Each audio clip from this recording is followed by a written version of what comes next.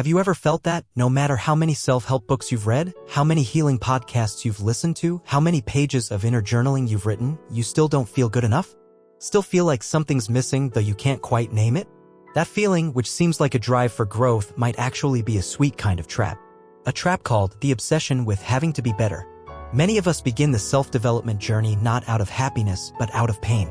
The pain of not feeling loved, of being rejected, of carrying the belief, I'm wrong, I'm not enough, I need to try harder to be accepted. We begin to fix ourselves not out of self-love, but to avoid getting hurt. We learn to manage emotions, heal wounds, eliminate bad habits, cut off toxic relationships, work out, meditate, read more. All of that is good, but only to a certain point. If deep down there's still a small voice whispering, I'm only lovable if I'm good enough, I must change to be accepted, then that whole self-improvement journey is actually just another loop of self-rejection. You're not changing because you love yourself. You're changing because you fear that who you are right now isn't worthy. There's a subtle paradox. We think we're healing, but in truth, we might just be using it to run away from our core wounds. Instead of accepting our hurt, our anger, our jealousy, we try to replace them with positive thinking, high vibes, overcoming ourselves. But emotions that are denied don't disappear. They stay beneath the surface like a child locked in a dark room waiting to be acknowledged.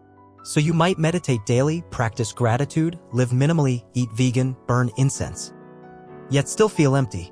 Because you haven't truly embraced yourself, you're still trying to fix the current version of you just to become better. We often misunderstand healing as erasing the weak, messy, negative parts of ourselves. But the truth is, healing is the journey of coming home to your whole self. Healing isn't about becoming stronger, it's about learning to be still in your weakness without shame, to look into the dark corners of your soul without judgment, to allow yourself to not be ready, not be perfect, and still love yourself as you are. You don't need to fix yourself, you just need to understand yourself better. And from understanding comes acceptance. From acceptance, transformation. Have you ever asked yourself, why do I keep doing more, striving harder, proving myself again and again? Because you're addicted to the feeling of making progress. But if the root is still fear of abandonment, shame of not being good enough, guilt for resting, then no matter how much you do, it will never feel like enough. The truth is, none of us can perfect ourselves enough to avoid pain completely.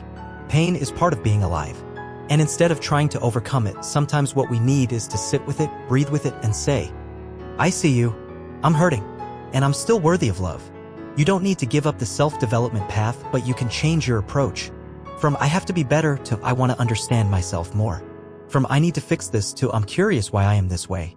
From I must eliminate my darkness to I'm learning to live with and embrace it.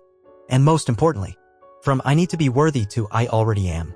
When you shift this perspective, every practice, meditation, journaling, reading, therapy, won't be about fixing you anymore, but about being with yourself.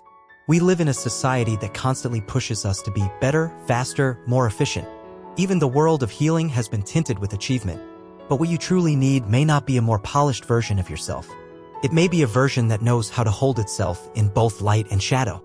Not because you've stopped hurting, but because you've stopped hating your wounds. You don't need to become enough to be loved. You are already enough to love yourself, starting now.